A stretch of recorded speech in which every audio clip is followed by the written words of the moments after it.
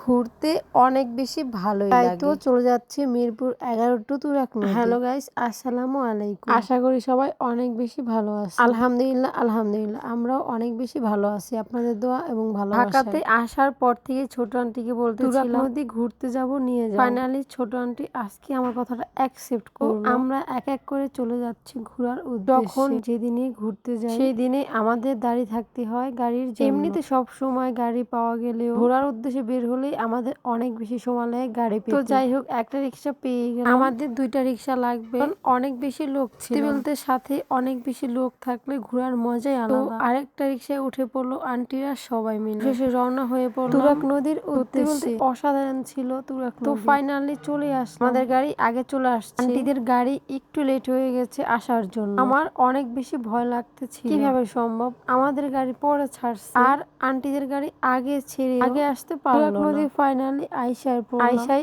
Uncle আন্টির জন্য একটা ফুল নিয়েই নিল। তোর প্রতি হাজবেন্ডের এত ভালোবাসা। বলতে মুহূর্তটা অসাধারণ ছিল। আজকের সময়টা স্মরণীয় হয়ে থাকবে। আমি এবং আমার ছোট বোন আমরা আছি সাফওয়ানকে নিয়ে একদমই বিজি। সাফওয়ান ছিল ঘুমের মধ্যে, এই জন্য সে কোলে থেকে নামতে ছিল না। তাই তো সাফওয়ানকে একটুখানি সময় দিলাম, আদর এবং ভালোবাসা দিলাম। এখন হচ্ছে সাফওয়ানের শক্তি পেরিয়ে গেছে। মায়ের ভালোবাসা থাকলে অসম্ভবকে সম্ভব করা যায়। তুরাগ নদী আসার পর অনেক বেশি ভালো লাগতেছিল। ছোট ছোট বাচ্চা, খোলামেলা জায়গা, খুব বেশি বাতাস। সত্যি বলতে আজকের বিকালটা অসাধারণ দেখুন ছিল। চারপাশে কি সুন্দর পরিবেশ, নদী, ঠান্ডা বাতাস, শান্ত পানি আর প্রকৃতি, সব মিলিয়ে মনটা একদমই ফ্রেশ। সাফওয়ানকে একটুখানি ফুলের ভালোবাসা দিচ্ছি। সাফওয়ান ফুলের ভালোবাসা নেবে না, দুষ্টুমি এদিক করবে। দিয়ে আমার পেটুক ভাই একা একাই ফুচকা খেয়ে নিচ্ছে এবং সবাই সবার মতো করে সুন্দর মুহূর্ত উপভোগ করতে। সবার ভালো লাগা দেখে আমার অনেক বেশি ভালো লাগতে। ছোট বোনটাকে একটুখানি ফুলের ভালোবাসা দিয়েই দিলাম। ছোট বোন আমার ফুল পেয়ে মহা খুশি।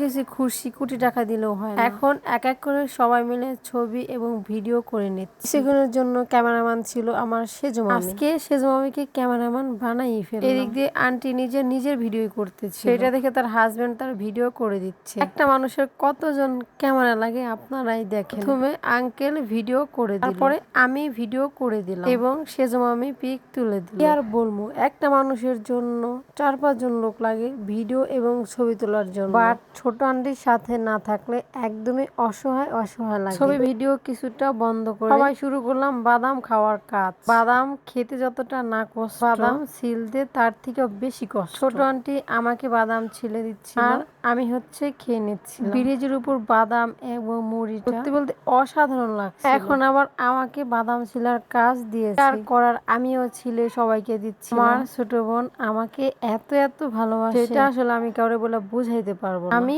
বড় হয়েও আমার মাথায় আসলো আমার না। বোন ছোট হয়ে আমার হাতে কত সুন্দর করে ফুল পরিয়ে দিচ্ছিল। ছোট বোন আমার অনেক লক্ষ্মী। এখন আমার এক এক করে সবাইকে খাইয়ে দিচ্ছি। আমি হচ্ছে বোনের সাথে ছোটখাটো একটু দুষ্টামি করলাম। ছোট বোনের সাথে দুষ্টামি করতে অনেক বেশি ভালো লাগে। এখন হচ্ছে ফাইনালি আমাদের চলে যাবার পালা। ছোট আন্টি, মামি আর আব্বুর সঙ্গে অনেক ছবি তুললাম, ভিডিও করলাম, আর অনেক হাসি ঠাট্টা হলো পরিবারের সঙ্গে। সময় কাটানো আনন্দ সত্যি অন্যরকম। এমন মুহূর্তগুলো সারা জীবন মনে রাখার মতো। তুরাগ নদীর পাড়ে মনোরম দৃশ্য সত্যি অসাধারণ। নদীর বাতাস, চারপাশে শান্ত পরিবেশ আমাদের দিনটাকে আরো সুন্দর করে তুলেছে। ব্যস্ত জীবন এমন কিছু সময় সত্যি অনেক প্রশান্তি দেয়। মনে চাচ্ছিল তুরাগ নদীর থেকেই আমাদের গ্রুপে যারা আসছিল এক এক করে সবাই চলে যাইতেছে। সত্যি বলতে একদমই আমার যাওয়ার ইচ্ছে করছিল না। এখানে পরিবেশটা এত ভালো লাগতেছে, যার কারণে মনে চাচ্ছিল আর একটুক্ষণ সময় থেকেই যাই। সন্ধ্যার পরে এইখানে থাকা একদমই আমার মনে হয় ভালো হবে না। আব্বু